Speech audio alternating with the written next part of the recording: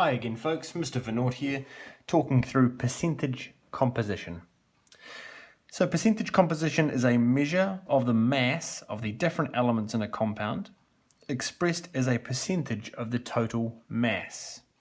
So if I had a certain mass of compound, what percentage would each different element be? Essentially is what percentage composition deals with. Let's have a look at a specific example here. We're going to look at Fe2O3. Iron 3 oxide. So I can see there for iron 3 oxide that in every one particle I've got 2 particles of Fe and 3 particles of O. Another way of saying that is that in 1 mole of iron 3 oxide I would have 2 mole of Fe and 3 mole of O. Now you might think, well, that might just mean 40% iron and 60% oxygen. That's true if we're doing a mole percentage, but what I want to know here is what mass of each would there be percentage-wise. Are iron and oxygen the same mass? No. An iron atom has a different mass to an oxygen atom. So we need to work out their percentage mass in this compound. So I've written the 4 steps down the side here and we'll work these through. The first step is to record the number of moles of each element present in the compound. So I can see that in iron oxide here I've got 2 Fe's and 3 O's. So in 1 mole of Fe2O3 I've got 2 mole of Fe and 3 mole of O. So that's the first step done. Record the number of moles of each. Now the second step is to work out what mass each of those 2 particles would have.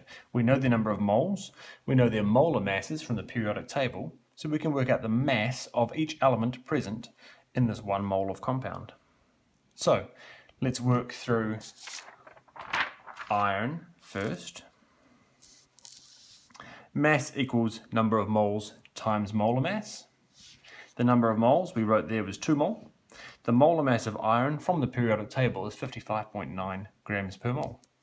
That gives me a mass of iron of 111.8 grams. Let's do the same thing for oxygen. Mass equals number of moles times molar mass.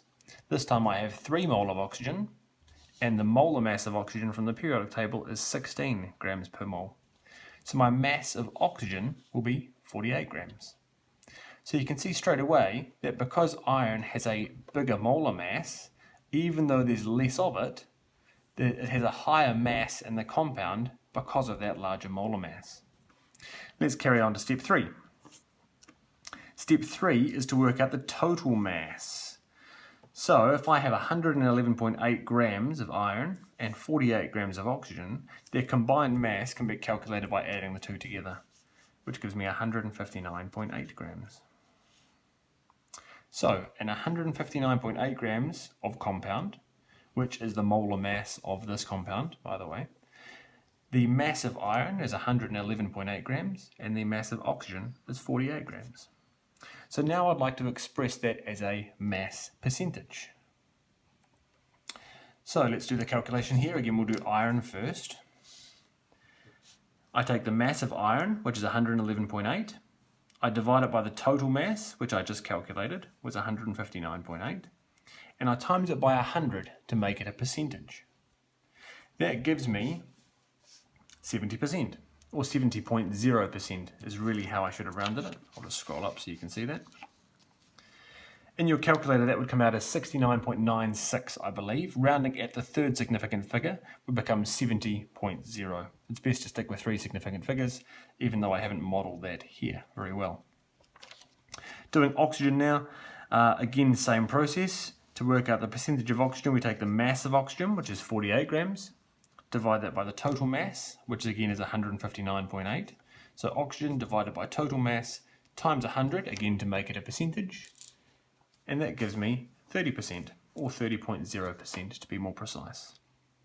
Last step is to check that the 2 percentages do in fact add up to 100%. If you have 3 or more elements that you're working with, sometimes there can be slight rounding errors which might cause the percentages not to add perfectly to 100%. In that case, you will need to adjust your rounding carefully. So as you can see here, even though there are more oxygen atoms than iron atoms in our compound, there is a higher percentage mass of iron than oxygen due to iron having a much larger molar mass than oxygen. So I hope you found that helpful. Again, the 4 steps. Step 1, write down the number of moles of each element in the compound. Step 2, calculate the mass of each element in the compound. Step 3, calculate the total mass. And step 4, express that as a percentage. All the best with that, guys. Hope you find that nice and straightforward. Cheers.